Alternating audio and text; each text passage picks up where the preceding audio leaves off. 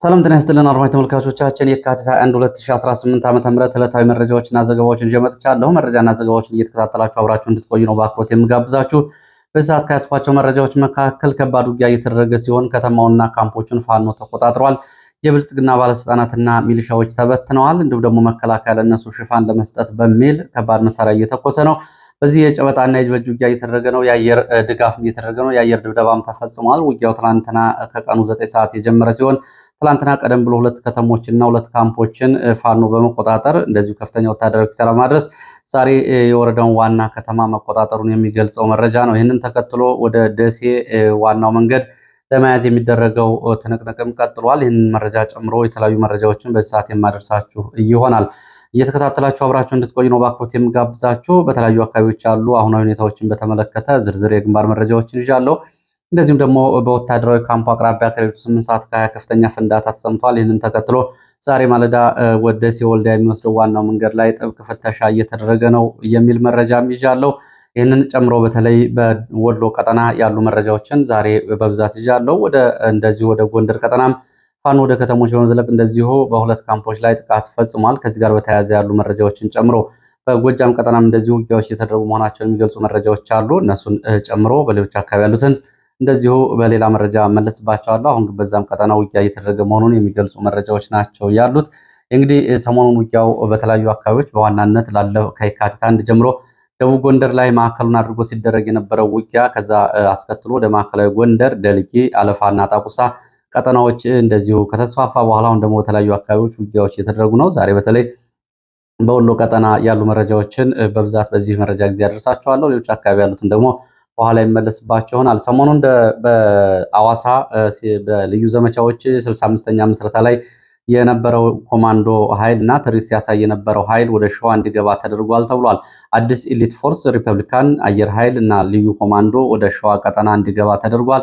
ከዚህ ጋር በተያያዘም በአካባቢ ያለውን ውጥረት የተመለከተ እንደዚሁ አዲስ መረጃ ወደ እናንተ የማደርስ ይሆናል።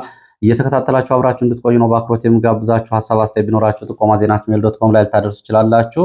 እንደዚሁ ደግሞ ህወሓትን በተመለከተም እንደዚሁ አዳዲስ መረጃዎች ወጥተዋል። በርካታ ወጣቶች ወደ ኤርትራ በረሃዎች እየተወሰዱ ነው የሚለውን ጨምሮ የተለያዩ መረጃዎች ናቸው በዚህ ሰዓት ወደ እናንተ የሚደርሱት። እናንተ አብራችሁ እንድትቆዩ ብቻ ነው በአክብሮት የምጋብዛችሁ። ከዛ ቀደም ብሎ የተለያዩ መልእክቶችና አስተያየቶችን ጥቆማዎችን ልካችኋል። የእኛ ሾፌሮች ነን፣ ያንተን መረጃ ዘወትር እንከታተላለን። በዋናነት ከጅቡቲ አዲስ አበባ የምንሰራ ነን፣ ግን አዲስ አበባ ከመጣም በኋላ በነዳጅ እጥረት ምክንያት ስራ አቁመናል የሚል እንደዚሁ የከባድ መኪና አሽከርካሪ ሾፌሮች ጥቆማ አድርሳችሁኛል። በየማደያዎቹ ከፍተኛ የሆነ የነዳጅ እጥረት በመከሰቱ ምክንያት ወደ ጅቡቲ ከ6 ቀናት በፊት መመለስ የነበረብን ቢሆንም አዲስ አበባ የጭነት ካራገፍን በኋላ ነዳጅ ባለመኖሩ ወደ ጅቡቲ ልንመለስ አልቻልንም። ይሄው ስራ ካቆምን 4ኛ ቀናችን ነው የሚል ጥቆማ ሾፌሮች አድርሰዋል። እንግዲህ ከነዳጅ እጥረት ጋር በተያያዘ ከኢትዮጵያ ጅቡቲ ባለው መንገድ ላይ ጭምር የሚሰሩ ሾፌሮች ከፍተኛ ጫና ውስጥ መግባታቸውን የሚገልጽ ጥቆማ ነው የመጣው። ይሄው እንግዲህ ጥቆማችሁ አየር ላይ ውሏል።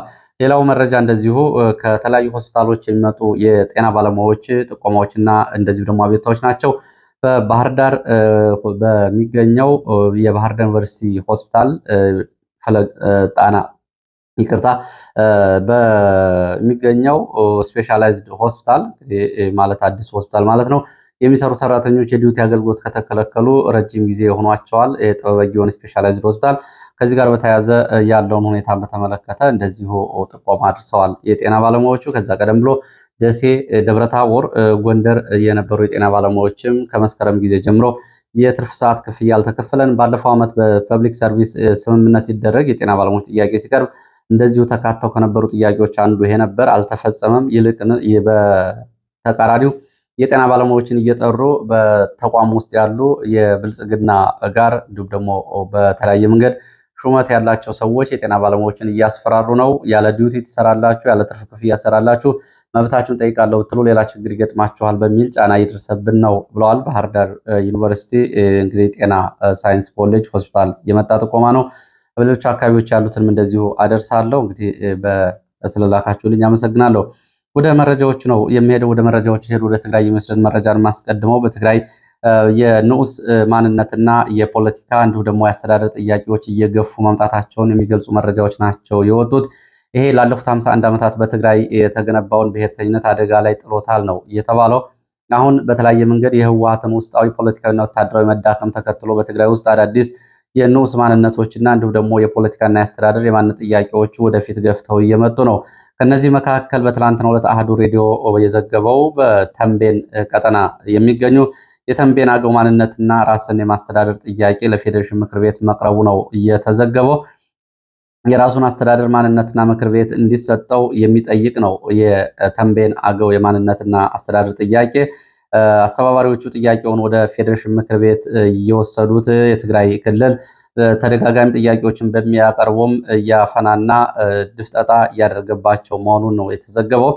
በትግራይ ክልል ንዑስ ማንነትና የአስተዳደር ፖለቲካ ጥያቄዎች እየጨመሩ መምጣታቸውንም እንደዚሁ ሌሎች መረጃዎች ያሳያሉ። በትግራይ ክልል ንዑስ ማንነትና አስተዳደር ጋር በተያያዘ በትግራይ ክልል አሁን 19 የሚደርሱ የፖለቲካ ፓርቲዎች ሲኖሩ 5ቱ ከዚህ ከማንነት ጋር የተያያዘ አመሰራረት እንዳላቸው ከአካባቢው የወጡ መረጃዎች ያሳያሉ።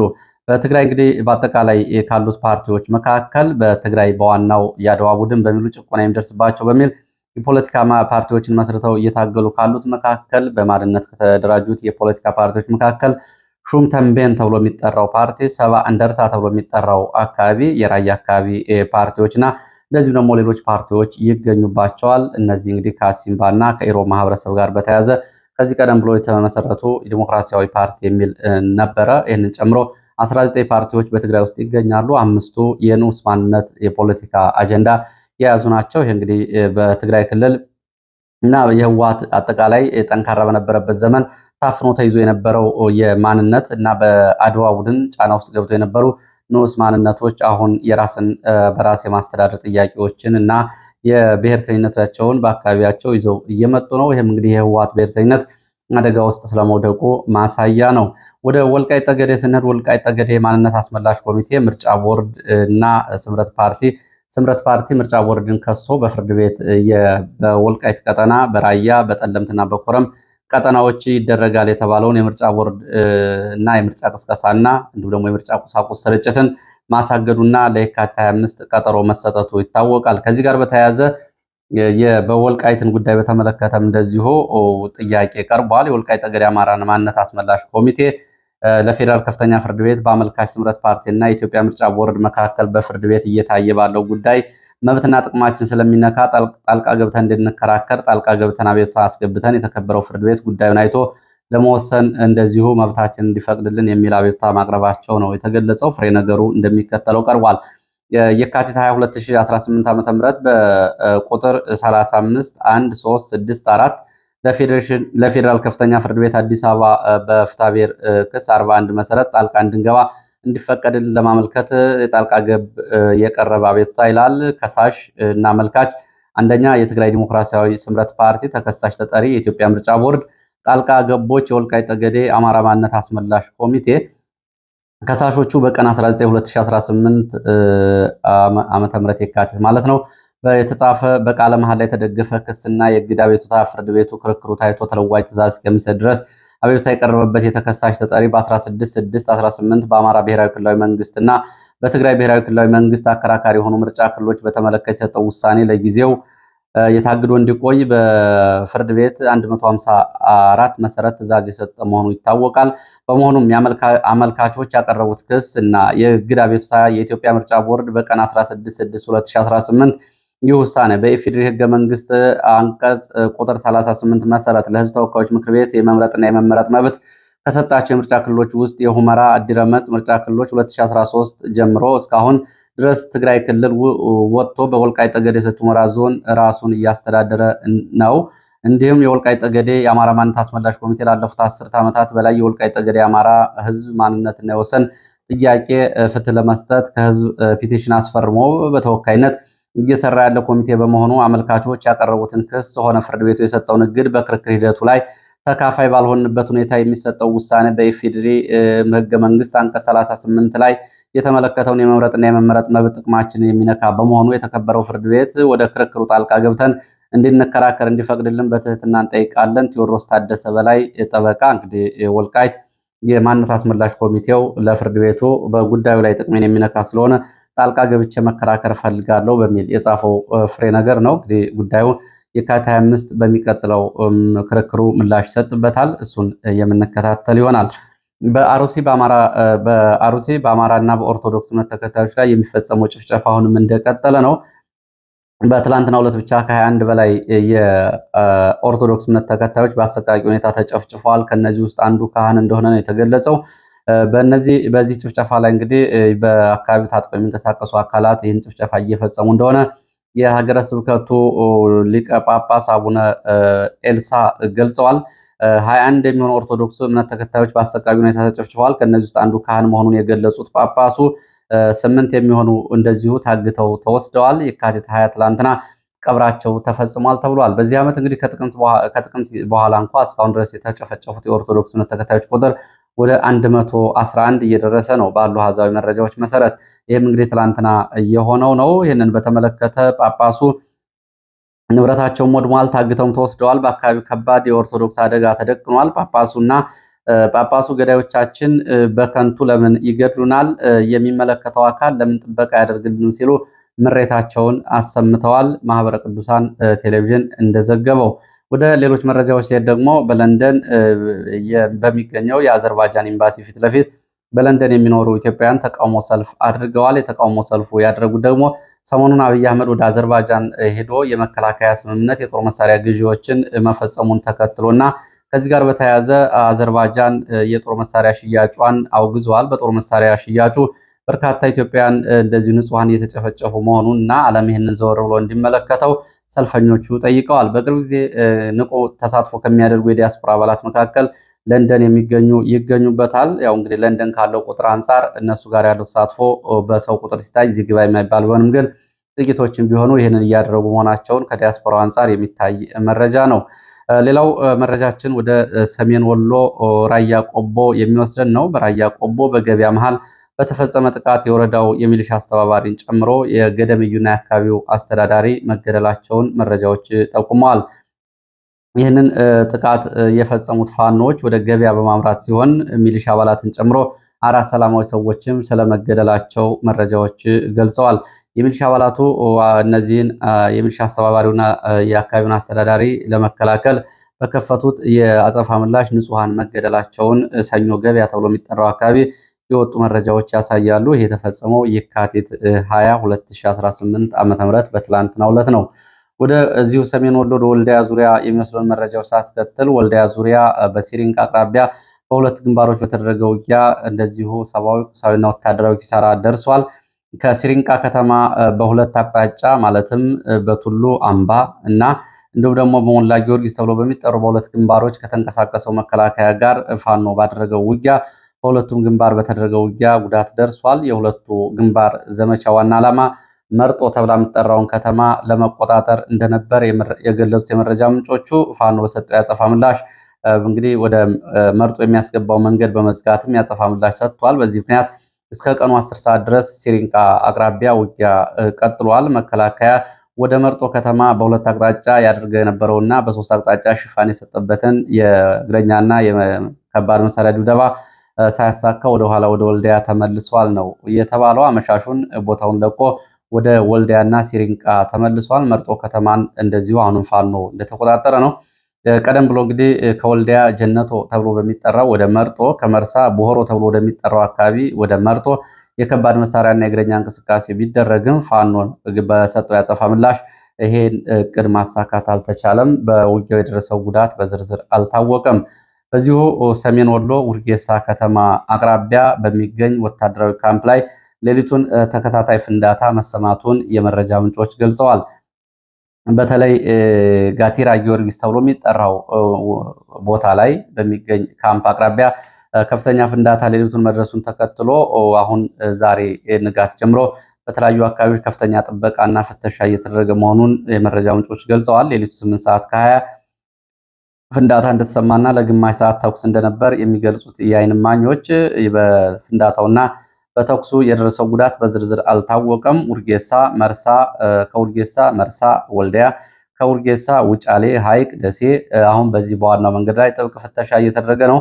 ይህንን በተመለከተ እንግዲህ ፍተሻውን ተከትሎ የዓይን እማኞች የሌሊቱ ፍንዳታ ጋር የተያያዘ ግምታቸውን እየሰጡ ነው የሚገኙት። ይሄ የሌሊቱ ፍንዳታ ምናልባት አንዳንድ ወታደሮች በራሳቸው ካምፕና በራሳቸው ጓደኞች ላይ ፍንዳታ አድርሰው አምልጠዋል በሚል በመንገዶች ላይ ጥበቃና ፍተሻ የሚደረገው ከዚህ አንጻር ሊሆን ይችላል የሚል እዚሁ አስተያየታቸውን ሰጥተዋል።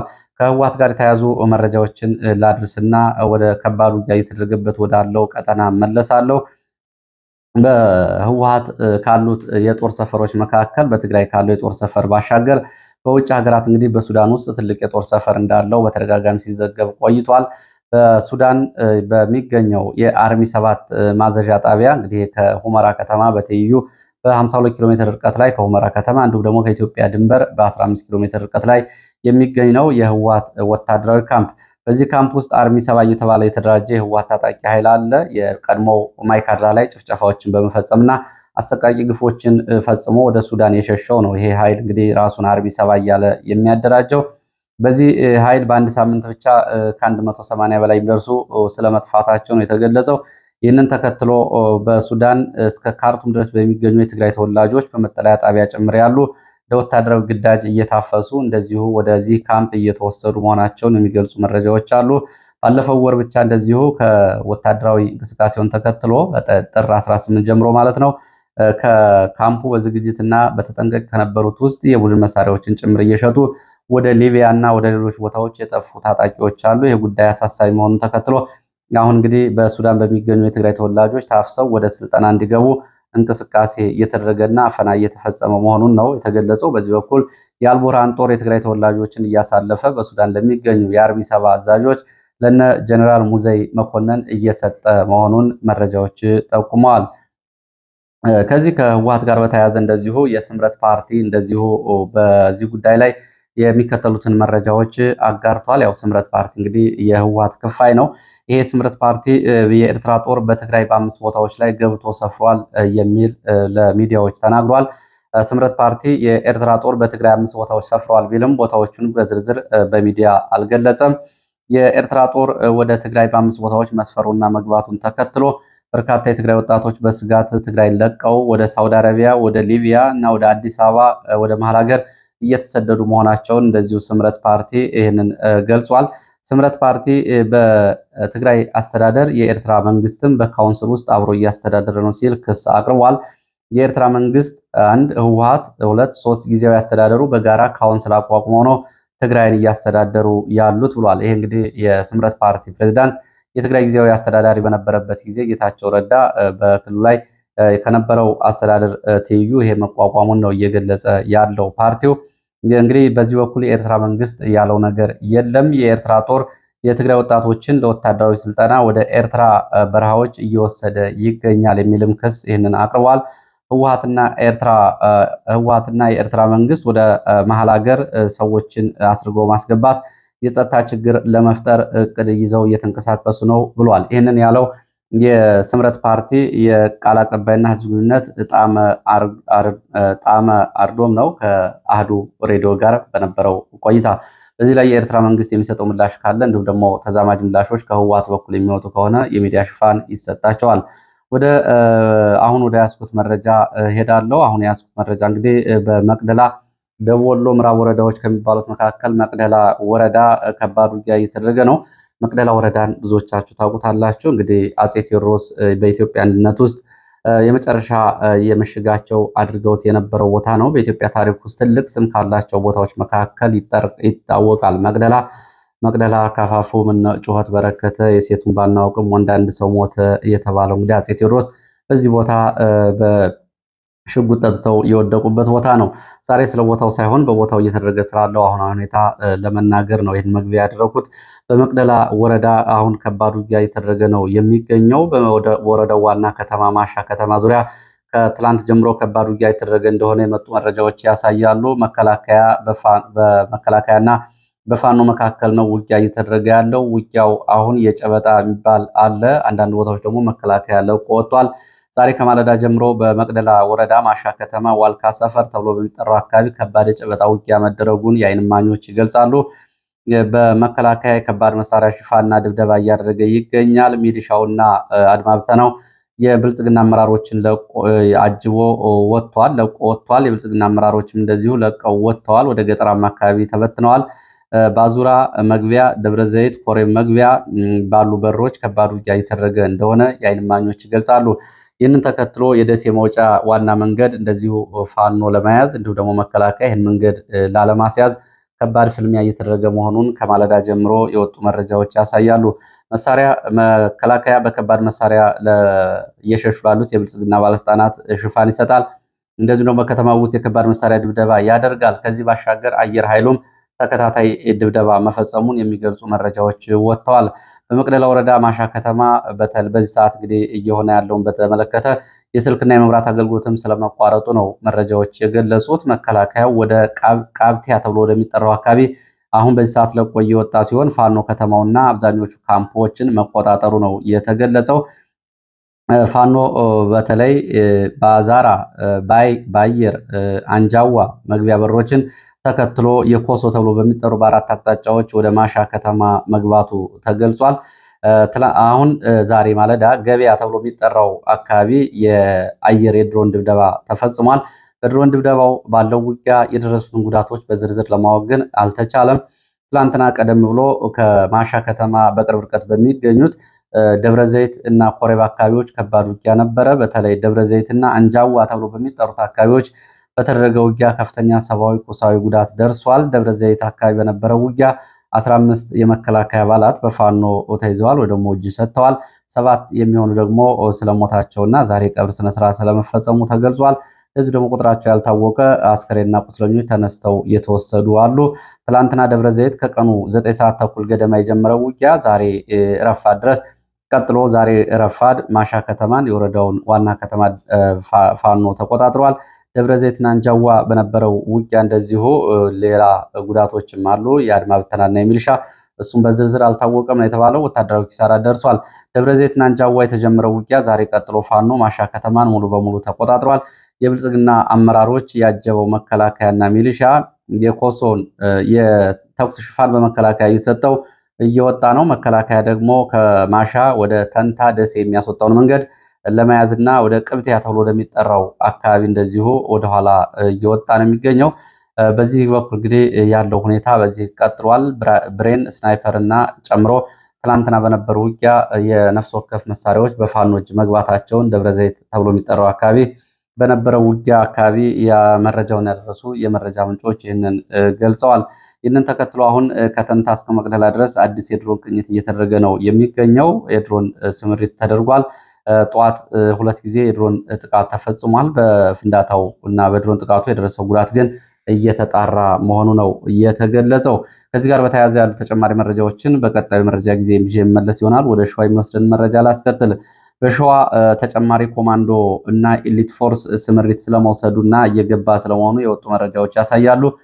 ሰሞኑን በሐዋሳ ልዩ ዘመቻዎች 65ኛ የምስረታ ዓመት ላይ ወታደራዊ ትርኢት ሲያሳይ የነበረው አብዛኛው ኃይል ወደ ሸዋ ቀጠናዎች ላለፉት 3 ቀናት ተጓጉዞ መግባቱን የዓይን እማኞች ገልጸዋል። ኤሊት ፎርስ የሚባለው በአጠቃላይ እንግዲህ ኮማንዶዎችን፣ ሪፐብሊካንን፣ የአየር ወለድ የባህር ኃይል ኮማንዶዎችን ጨምሮ የተለያየ ኤሊት ፎርስ የሚባለው ነው ወደ እነዚህ ቀጠናዎች የገባው። ባለፈው እንግዲህ በእነዚህ አካባቢዎች አንዳንድ ቦታዎች የአየር ኃይል ኮማንዶ ወጥቶ ነበር። አሁን ተመልሶ ሌላ ተጨማሪ አዲስ ምሩቃኖችን ጨምሮ ስምሪት ስለመውሰዱ ነው የተገለጸው። በይፋት ቆላማ አካባቢዎች፣ በመንዝ ሞላሌና አካባቢው መራቤት የቀጠናዎች ተጨማሪ ልዩ ኃይል ሪፐብሊካን እና አዲስ ኮማንዶ ኤሊት ፎርስ ከሰሞኑን ተጓጉዞ መግባቱን የዓይን እማኞች ገልጸዋል። ይህንን ተከትሎ በአካባቢው ከፍተኛ ውጥረት መኖሩን የመረጃ ምንጮች ገልጸዋል። ከዚህ ጋር በተያያዘ እንደዚሁ በዚሁ በጀማ ወንዝ በትላንትናው ዕለት በተፈጸመ የድሮን ጥቃት ጉዳት ደርሷል። የጉዳቱ ሁኔታ እየተጣራ እንደሆነ ነው መረጃዎች የገለጹት። ዛሬም እንደዚሁ የድሮን ጥቃት ተፈጽሟል። አሁን ድሮን ልክ እንደ ድሽቃና ክላሽንኮቭ በየቀኑ የምንሰማው ክስተት ሆኗል። በየቦታው እንግዲህ አየር ኃይሉ ይህን እያደረገ ነው የሚገኘው። ባለፈው ደብረታቦር ከተማ ላይ ታይቶ በማይታወቅ ሁኔታ በተከታታይ ከፍተኛ ጥቃት የፈጸመው ድሮን ዛሬም በተለያዩ አካባቢዎች ጥቃቱን ፈጽሞ እየፈጸመ ቀጥሏል። ሰሞኑንም በጃዊ እና አንዱ ደግሞ በጣቁሳ ደልጌ የተፈጸመው እንዲሁም ደግሞ አቸፈር አካባቢ ተከታታይ ጥቃቶች ተፈጽመዋል። ወደ ጎንደር ስንሄድ ማዕከላዊ ጎንደር ወገራ፣ ወርቀ ደሞ እና ገደብዬ ከተሞች ላይ በተደረገ ድንገተኛ ጥቃት የሚሊሻና የአድማ ብተና አባላት ሙትና ቁስለኛ ሲሆኑ እንደዚሁም ደግሞ ተይዘው በፋኖ የተወሰዱ መኖራቸውን ነው ለማወቅ የተቻለው። ፋኖ ጥቃቱን ፈጽሞ ከተሞቹን ለቆ ወጥቷል። 4 የሚሆኑ የመከላከያ ሚሊሻና የአድማ ብተና አባላት በፋኖ ተይዘው ተወስደዋል። እንደዚሁ 7 የሚደርሱ የነፍስ ወከፍና እንደዚሁ ደግሞ ተተኳሽ እና ሌሎች መሳሪያዎች በፋኖ እጅ መግባታቸውን ከአካባቢ የወጡ መረጃዎች ገልጸዋል። መጨረሻም የአብይ አህመድ ወደ አዘርባጃን ያደረገው ጉብኝት ተከትሎ ከአዘርባጃን ጋር የመከላከያ እና ሌሎች የኢንቨስትመንት ስምምነቶች መፈራረሙን የሚገልጽ ጽሑፍ በፌስቡክ ገጹ አጋርቷል። እንግዲህ አዘርባጃን በትላንትናው ዕለት በመረጃ ጊዜ እንዳደረስኳችሁ ባለፈው 2025 የፈረንጆቹ ከፍተኛ የጦር መሳሪያን ለዓለም በሽያጭ ካቀረቡት ሀገራት መካከል አንዷ ነች። አብይ አህመድ ደግሞ በሀገር ውስጥ ጦርነትና በቀጠናዊ ጦርነቶች አማካኝነት ከፍተኛ የጦር መሳሪያ ሸመታ ወይም ደግሞ ግዥ ካደረጉ መሪዎች መካከል ያው እንግዲህ በተደጋጋሚ የሚጠቀስ ነው። ይሄ ነው ለዚህ ሰዓት ያለ መረጃ። በሌላ ተመሳሳይ መርሃ ግብር በተለያዩ አካባቢዎች ያሉ መረጃዎችን አሰናድቼ ይዤ እመለሳለሁ። መልካም ጊዜ